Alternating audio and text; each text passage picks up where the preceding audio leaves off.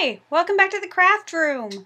I really wish I would have showed you this from the beginning because I haven't found a whole lot of YouTube tutorials on altering a bead box, but I have joined a bead box swap, so I wanted to show you what I've done. A lot of people use paper, but I'm more of a fabric crafter, so I wanted to make sure that on the inside you'd be able to see a design. So what I did for the top is I took this really cute Christmassy material and sandwiched some fusible fleece in between both layers and then ironed it, and then I sewed the edges so it'd have like a quilted feel to it because I thought I love that. On the bottom I took an old flour sack that I have, and I'm thinking about what I'm going to do to the bottom because what I wanted you to be able to see through on the inside. Look, it looks like a poinsettia. I thought, how pretty. Right, so the whole point is to decorate this in a Christmas theme, and we had to choose between blue and white or red and green, and I'm going with red and green. And then we're going to fill it with goodies and swap with somebody. I'm so excited about it, but I've really been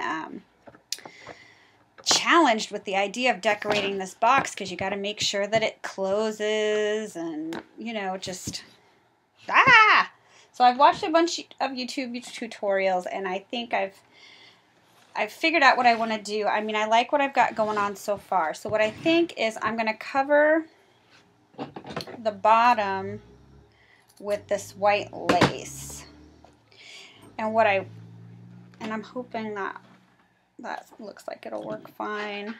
What I'm hoping is then I can add this other lace I have to the lid on the sides. Let's see, this one right here, and that it won't interfere with the closing. Like, I don't know if I should I still don't know. And I don't know if you can hear that thunder. It's thundering here right now. So I do have a hound dog at my feet because she's doesn't care for thunder very much. Now I'm hoping this will work. I guess what I'm most worried about is if that's going to be able to work. But I think this will be good to cover the sides.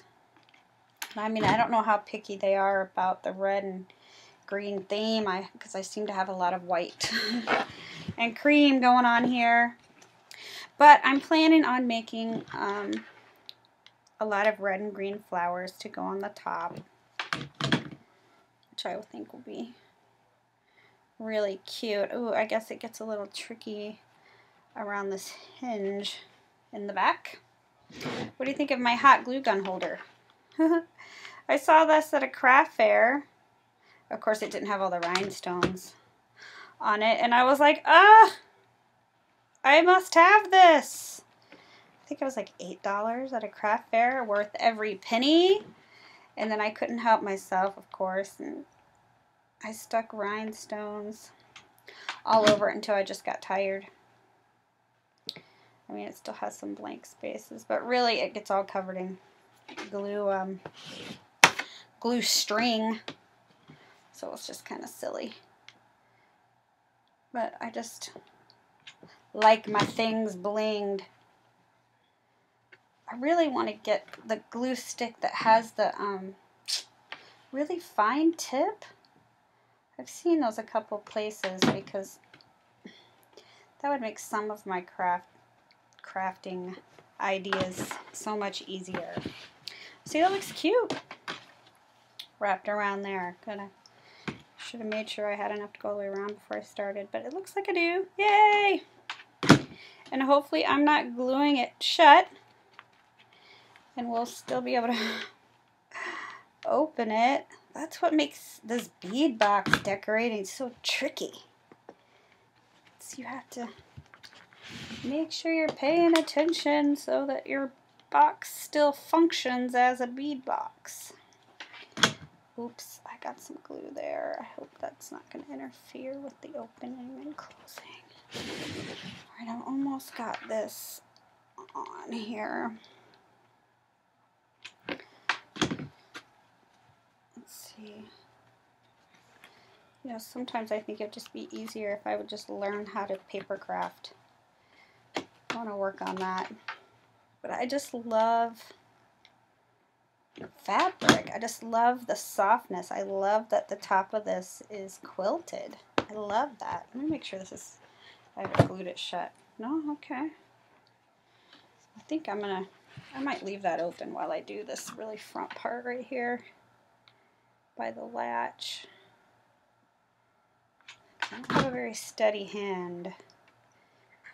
I don't want to glue it shut. Okay, let's see. Yay! I don't know who I'm swapping with yet, so I don't know what kind of goodies will actually be going in the box until I figure out what my swap partner is into. I think that's just going to work better if I leave it open. But I am excited about this swap. And nervous at the same time because I was like, how in the world are you going to decorate a box with all these compartments? But I think it's coming together better than I thought it would. Oh. Yes, okay. So that's what we have. I love that you can see the flower inside. Alright, so that's what we have so far, and it closes. Now is the dilemma. The dilemma I am facing is, do I put this right across the front? And if I do, how hard is that going to be to open and close? Well, I guess you won't know till you try. I'm going to do it. Let's see what happens. Let me get it started right there. Oh, I'm nervous about this one. So I'm going to try to glue that all around and then see if it opens and closes still. And then we'll figure out what embellishments we're going to put on this thing. Hey everybody! I feel like the lighting is really horrible, but it's of course storming again. But I wanted to show you, I went ahead and finished it, and I put this all the way around, and it doesn't seem to, can you see? It doesn't seem to get in the way of the opening and closing, right? Oh, let me make sure it's still snapped shut. Oh, yay, it does, okay. So here's what I ended up doing. It's just cute. I added some shiny, glittery rickrack to the edges. And then I made some flowers, some fabric flowers, and put these sparkly pom-poms in there. And then underneath there is layered some glitter tulle, which I'm sure you can't see how sparkly and pretty it is. Can you see? There's some glitter tulle right here too. And then some green tulle, and then there's this rose trim. It's just one of my favorite trims, and some bead, and some green lace, and then I got some red bows, and then I'm always trying to stick this bling heart on everything I make. I just love it. It's just cute. It's pretty. And I'm gonna not do the bottom. I'm just gonna leave the bottom like that. I mean, nobody's gonna be looking at the bottom, and then you can still see the flower inside, and I think it's cute. But I know who my partner is now, so I have already started filling it with goodies. But I'm not going to show you all the goodies because I want her to be surprised about what's inside, but I'm not done packing it yet. I'm going to try to fill it as best I can. And you know, I am a get projects done early kind of gal. I don't like to wait till the last minute. So these aren't even due till November. But my partner's going to be getting hers probably this week, before my birthday. My birthday's Friday, And she'll probably, I'm going to put this in the mail before Friday. Because, and another thing is we put our house on the market today. So I have to really keep the house clean, including my craft space. So I'm not sure how that's going to interfere with my crafting. Because I don't know about you, but I tend to make a mess when I craft. Really, really do. So that might put a little hinder.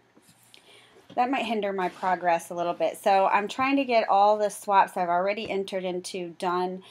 Go ahead and get them done because I don't know when we're going to move, how quick the house is going to sell, and where we're going. So I probably won't join any more swaps after I finish the ones I've already signed up for, which I'll be sad about, but you know me, I'll still be in here crafting. I can't help myself. But anyway, I hope my partner loves her bead box. And this was really fun. You know, I was a little intimidated by this challenge, but I think it's cute. And when I get my bead box that she's making for me, I will, I'll do a video and show you, I'll show you what she did. I mean, there's like endless, everybody decorates so different. That's what's cool to see. So, thanks for watching, and I'll see you next time.